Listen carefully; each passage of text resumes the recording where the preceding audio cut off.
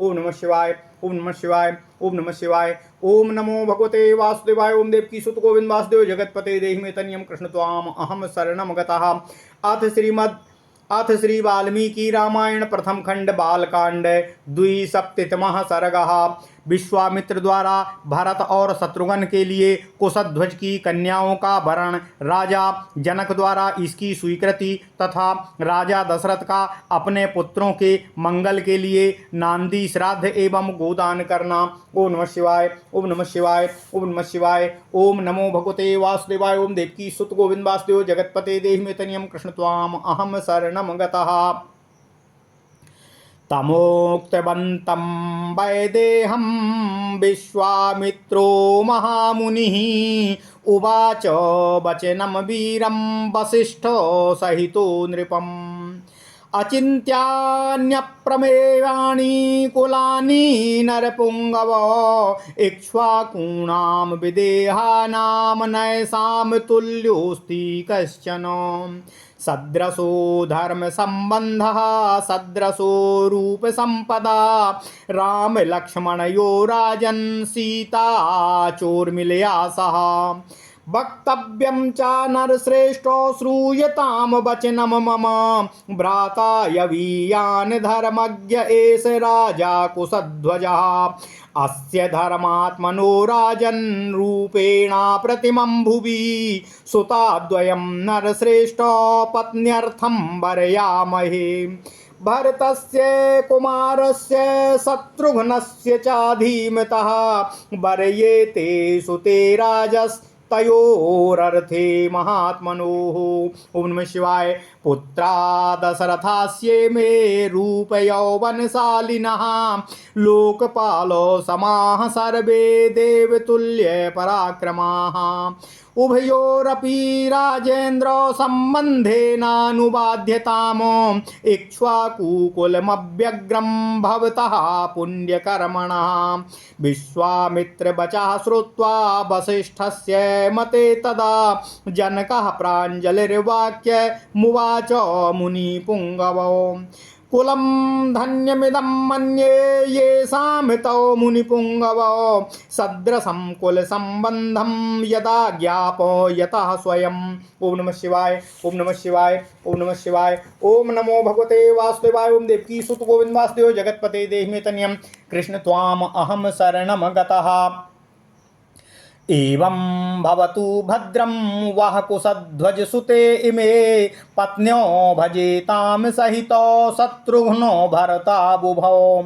एकाह्ना राजपुत्रीणां चात्रसृणां महामुने पाणीन् गृह्णन्तु चत्वारो राजपुत्रा महाबलाः। उत्तरे दिवसे ब्रह्मन् फल्गुनीभ्यां मनीषिणः वैवाहिकं प्रशंसन्ति भगो यत्र प्रजापतिः। एवमुक्त्वा वचः सौम्यं प्रत्युत्थाय कृताञ्जलिः उभौ मुनिवरौ राजा जनको वाक्यं ब्रवीतो। परो धर्मः कृतो मह्यं शिष्योऽस्मि भवतोस्तथा इमान्यासन् मुख्यानि अस्यतां मुनिपुङ्गवो। यथा दशरथस्येयं तथा ध्योयां पुरीं मम प्रभुत्वे नास्ति सन्देहो यथार्हं कर्तुमर्हतः। तथा ब्रुवती वैदेहे जनके रघुनंदनः राजा दशरथो हृष्टः प्रत्युवाच महीपतिम्। ओम नमः शिवाय। युवाम संख्येय गुणो भ्रातरौ मिथिलेश्वरौ ऋषयो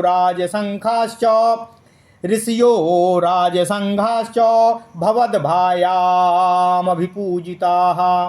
स्वस्ति प्राप्नुहि भद्रं ते गमिष्यामः स्वमालयं श्राद्धकर्माणि विधिवद्विधास्य इति चाब्रवीतो। तमापृष्ट्वा नरपतिं राजा दशरथस्तदा मुनीन्द्रौ तौ पुरस्कृत्य जगामासु महायशा। सा गत्वा निलयम राजा श्राद्धम कृत्वा विधानतः प्रभाते काल्यमुत्थाय चक्रे गोदानमुत्तमम् गवां शतसहस्रं च ब्राह्मणे वो नराधिपः एकैकशो ददौ राजा पुत्रानुद्दिश्य धर्मतः सुवर्ण श्रृंगयः संपन्ना सवत्साः कांस्य दोहना गवाम शतसहस्राणि चत्वारि पुरुषर्षभः वित्तमन्यश्च सुबहू द्विजेभ्यो रघुनन्दनः ददौ गोदानमुद्दिश्य पुत्राणां पुत्रवत्सला। ओम नमः शिवाय। सासुतः कृतगोदानैर्वृत्तः सन्नृपतिस्तदा लोकपालैरीवा भाति वृत्तः सौम्यः प्रजापतिः। ओम नमः शिवाय। ओम नमः शिवाय। ओम नमः शिवाय। ओम नमो भगवते वासुदेवाय। ओम देवकी सुत गोविंद वासुदेव जगतपते देहि मे तनयम् कृष्ण त्वाम अहम शरणम गतः। अथ श्रीमद् वाल्मीकि रामायण प्रथम खंड बालकांड 72वां सर्ग। विश्वामित्र जी द्वारा भरत और शत्रुघ्न के लिए कुशध्वज की कन्याओं का वरण, राजा जनक द्वारा इसकी स्वीकृति तथा राजा दशरथ का अपने पुत्रों के मंगल के लिए नांदी श्राद्ध एवं गोदान करना। ओम नमः शिवाय। ओम नमः शिवाय। ओम नमः शिवाय। विदेह राज जनक जी जब अपनी बात समाप्त कर चुके तब वशिष्ठ सहित महामुनि विश्वामित्र उन वीर नरेश जनक जी से निवेदन करते हुए इस प्रकार बोले। हे नरश्रेष्ठ, हे महाराज, इक्ष्वाकु और विदेह दोनों ही राजाओं के वंश अचिंतनीय हैं। दोनों के ही प्रभाव की कोई सीमा नहीं है। इन दोनों की समानता करने वाला और कोई दूसरा राजवंश उपस्थित नहीं है। हे राजन, इन दोनों कुलों में जो यह धर्म संबंध स्थापित हो रहा है सर्वथा एक दूसरे के योग्य और अनुरूप है। रूप वैभव की दृष्टि से भी समान योग्यता का है, क्योंकि उर्मिला सहित सीता राम और लक्ष्मण के अनुरूप हैं। ओम नमः शिवाय।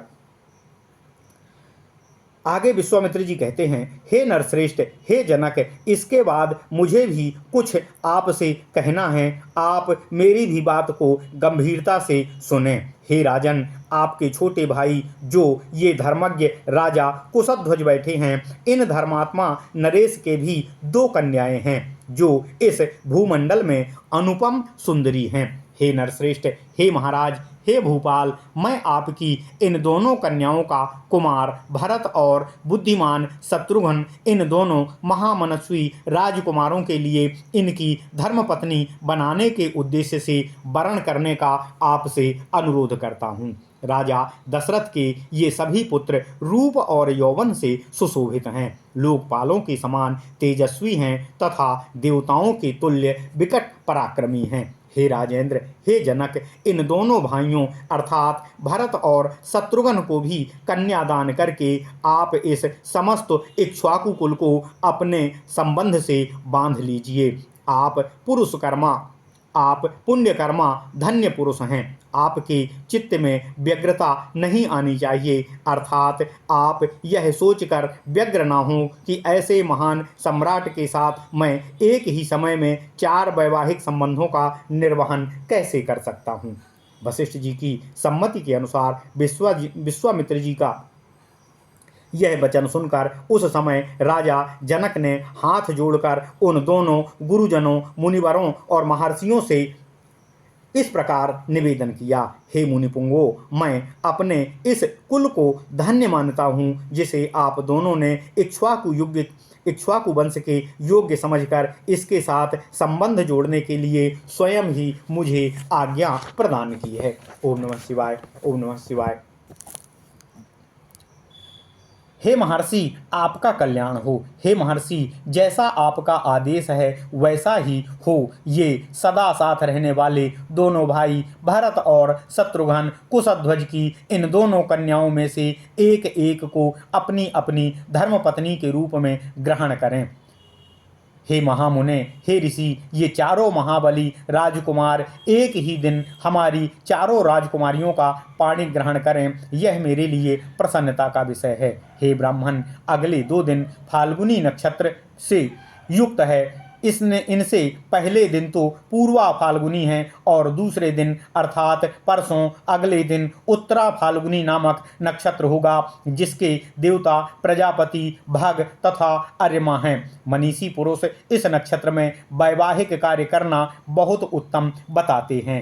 हे महर्षि, इस प्रकार सौम्य मनोहर वचन कहकर राजा जनक उठकर खड़े हो गए और दोनों मुनिवरों के हाथ जोड़कर प्रणाम भाव से दंडवत हो इस प्रकार बोले। हे महाराज, आप लोगों ने मेरी कन्याओं का विवाह निश्चित करके मेरे लिए महान धर्म का संपादन किया है। हे गुरुजन, मैं आप दोनों का शिष्य हूँ। हे मुनिवरों, इन श्रेष्ठ आसनों पर आप दोनों विराजमान होकर मुझे कृतार्थ करने की कृपा करें।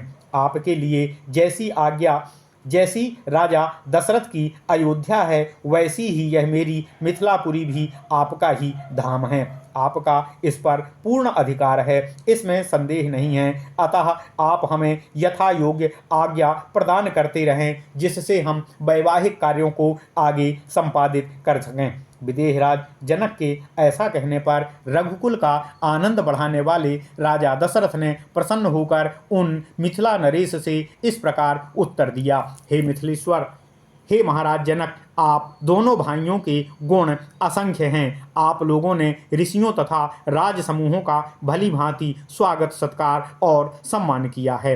हे नरेश, आपका कल्याण हो, आप मंगल के सदा सदा के लिए भागी हों। अब हम अपने विश्राम स्थान को जाएंगे। वहां जाकर मैं विधिपूर्वक नांदी मुख श्राद्ध का कार्य गुरुजनों के सहयोग से संपन्न करूंगा। यह बात भी राजा दशरथ ने राजा जनक जी से कही। इसके बाद मिथिला नरेश ने अनुमति ले महायशस्वी राजा दशरथ, मुनिश्रेष्ठ विश्वामित्र और वशिष्ठ जी को आगे करके तुरंत ही अपने आवास स्थान की ओर प्रस्थान कर गए। डेरे पर जाकर राजा दशरथ ने अपराह्न काल में विधिपूर्वक अभ्युदयिक श्राद्ध संपन्न किया। तत्पश्चात रात बीतने पर प्रातः काल उठकर राजा ने तत्कालोचित उत्तम गोदान कर्म संपन्न किया। राजा दशरथ ने अपने एक एक पुत्र के मंगल के लिए धर्मानुसार 1-1 लाख गौवें ब्राह्मणों को दान की। इन सब के सींग सोने से मढ़े हुए थे। उनके सबके साथ बछड़े और कांसे के दुग्ध पात्र थे। इस प्रकार पुत्र वत्सला रघुकुल नंदन पुरुष शिरोमणि राजा दशरथ ने 4 लाख गौवों का वहां पर दान किया और भी बहुत सा धन पुत्रों के लिए गोदान के उद्देश्य से ब्राह्मणों को दान किया। गोदान कर्म संपन्न करके आए हुए पुत्रों से घिरे हुए राजा दशरथ उस समय लोकपालों से घिरकर बैठे हुए थे और शांत स्वभाव प्रजापति ब्रह्मा के समान शोभावान हो रहे थे। ओम नमः शिवाय। इत्यर्थे श्रीमद् रामायणे वाल्मीकिये आदि काव्ये बालकांडे द्विसप्ततितमः सर्गः। इस प्रकार श्री वाल्मीकि निर्मित आर्ष रामायण आदि काव्य के बालकांड में 72वां सर्ग पूर्ण हुआ। ओम नमः शिवाय, ओम नमः शिवाय, ओम नमः शिवाय। ओम नमो भगवते वासुदेवाय। ओम देवकी सुत गोविंद वासुदेव जगतपते देहि में तनियम कृष्ण त्वाम अहम शरणम गतः। ओम नमः शिवाय, ओम नमः शिवाय।